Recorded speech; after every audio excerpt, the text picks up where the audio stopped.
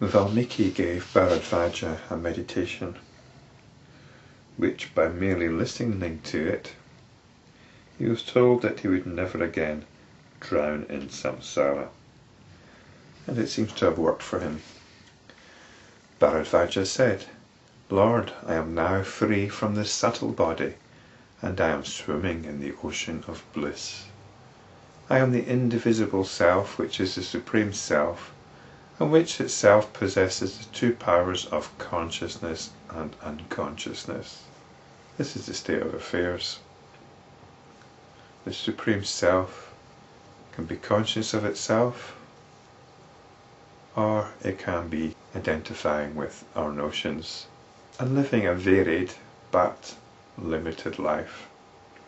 Just as fire thrown into fire becomes indistinguishably fire, just as straw, etc., which are thrown into the sea becomes salt. I suppose the idea here is that whatever you throw into the sea gets broken down eventually. This insentient world, when it is offered into the infinite consciousness, becomes one with it. Offering things into the infinite consciousness really means realizing the infinite consciousness. The infinite nature of consciousness is realized from moment to moment. Just as a salt doll thrown into the sea abandons its name and form and becomes one with the ocean, just as water mixes with water and ghee mixes with ghee, even so have I entered into this infinite consciousness. This is nothing but the realization of our true nature. The actor stopping his act and being himself once again. I am that Supreme Brahman which is eternal, omnipresent, pure, peaceful, indivisible, and free from motion, which is devoid of gathering and scattering, but whose thoughts materialize, which is free from merit and demerit, which is the source of this universe, and which is the supreme light, one without a second. Thus should one contemplate, thus should one realize. Thus does the mind cease to be agitated.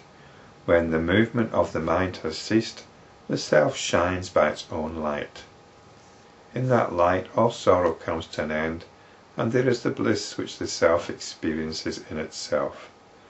There is direct awareness of the truth. There is none but the self. Valmiki said, "Dear friend, if you wish that this delusion known as samsara should come to an end, then give up all actions and become a lover of Brahman."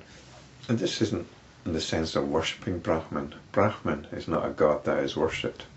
Brahman is what is realized, and to love Brahman is to come to the realization of Brahman continuously, rather than push Brahman aside and get caught up in limited identifications.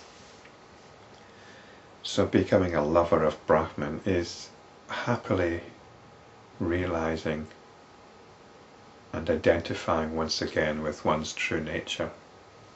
Bharadvaja said, "O Guru, your enlightening discourse has completely awakened me. My intelligence is pure, and the world appearance does not stretch out in front of me. I wish to know what the men of self-knowledge do. Do they have any duties or none at all?" Valmiki said, "They who desire liberation should engage themselves only in such actions which are free from defects and desist from selfish and sinful actions. When the qualities of the mind are abandoned, it takes on the qualities of the infinite. The jiva is liberated when one contemplates, I am that which is beyond the body, mind and senses.